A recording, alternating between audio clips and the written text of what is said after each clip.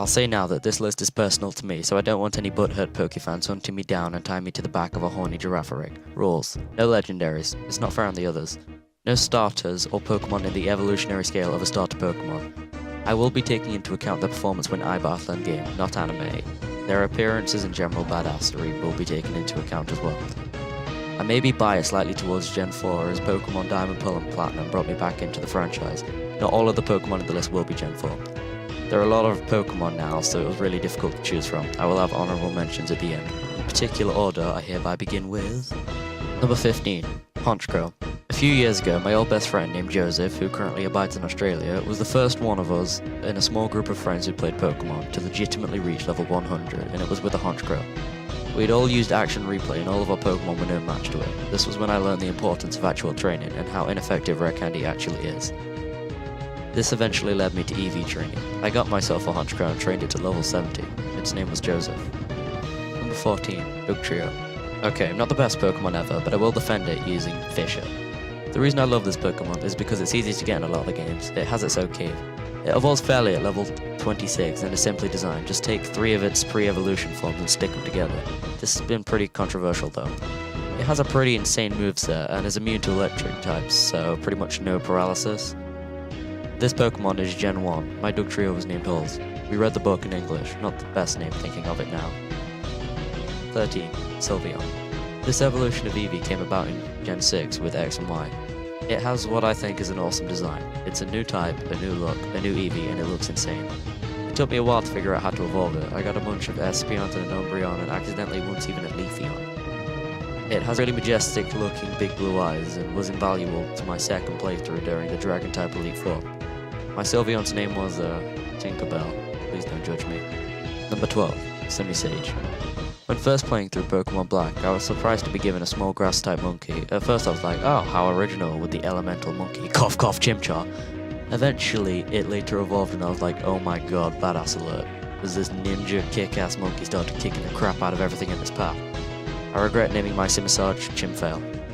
Number 11, Roserade. What can I say? I love the grass types. But I have a love-hate relationship with Roserade enough for it to be here. The reason I hate Roserade is because of the amount of effort I had to put in just to get a Badoo, to a Roselia, to a Roserade. Happiness and a shiny stone. Fuck is this shit. But once it evolved, it could take a hit like a boss and dished out tons of pain. It was pretty good after that. My Roserade was called Juliet. Number 10, Heracross. Heracross is an awesome looking Pokemon. Face it. I first saw this Pokemon when I watched the anime series and thought it was awesome. It proved to be one of the first bug Pokemon worth having, being an interesting mix of bug and fighting. I unfortunately only had it once in my third playthrough of Pokemon Pearl after trying a couple hundred times in the trees. Due to the effort it took to get it, it made it to my list. As I recall, it was a badass.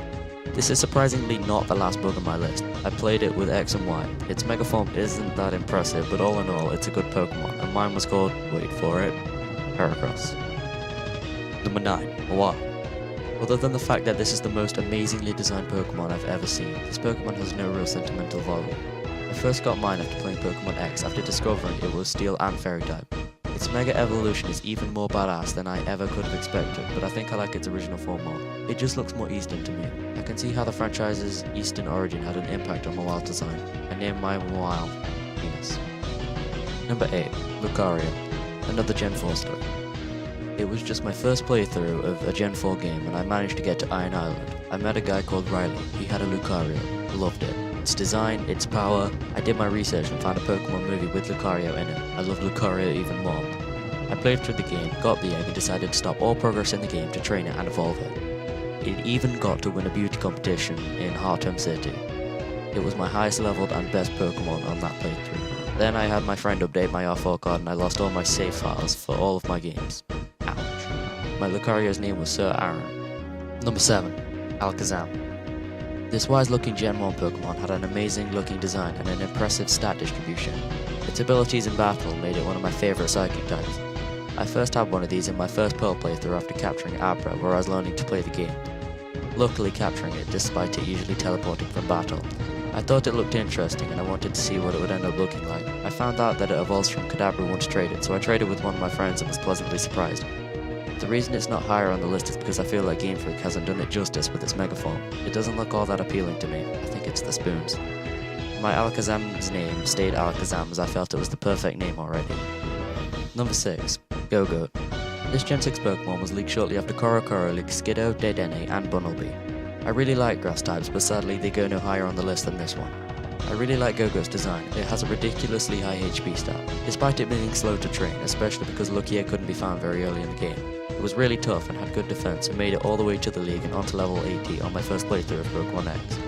I didn't name it because I wanted to get used to and learn the names of all the new Gen's Pokemon. Number 5. Masquerain. I really like the design of this Pokemon. It looks really Eastern and fragile. I got this Pokemon as I was sick of using Vileplume to Sweet Scent so I could hold battle, and I just plain don't like it. So I asked for a Masquerain on the GTS and got one within a day. I couldn't name it unless I traded again and back, so I just used it to Sweet Scent from there.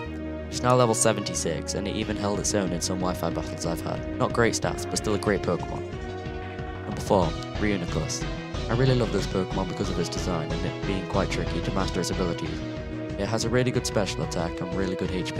It has above average defensive stats and it doesn't fall higher on the list because it's painfully slow, but it can be countered as it can know Trick Room. Also, it's a pain to train it to level 41 and evolve. I feel it could have benefited and used a Mega Evolution. Mine was called Cell. Gengar. I think I respect its reputation more than its abilities. The fact that you have to trade to evolve some Pokemon really annoys me. However, it's worth the time with this one. It's just such a little trickster with its weird moveset. It has its own cool theories and makes it kind of controversial, the Shadow of Clefable. It has a really interesting type matchup and it's a really creepy Pokemon all out. I don't really have an opinion on its Mega form. It's okay, I guess. Number 2. Munchlax. I first saw this adorable pocket monster in the anime film, whereupon it picked up fallen trash cans, picked up waste, and I think it ate Ash and Ko's food. I immediately fell in love with it. It has like no power and it's not even evolved yet. It's hard to level up due to its undeveloped moveset, but it's so freaking cute and I completely love its design. Snorlax not so much. Honourable mentions: Scizor, Jolteon, Rotom Washform, Golem, Electivire, and Electros. Number 1. Umbreon. Umbreon is my favourite Pokemon since ever. It's the most difficult evolution to get and the most rewarding. Mine is around level 70 on my X game and it's the first sent in battle always. It's got crazy high defense for a cat thing and its shiny bomb is even more badass. I recommend having one to anyone. Joe, great video. It was much more organised than it made me think. I watched the black screen for the whole 15 minutes. Can't wait for your next one. I'll have another video out next Friday. It won't be as long as this though, because this took way too long to finish. Bye.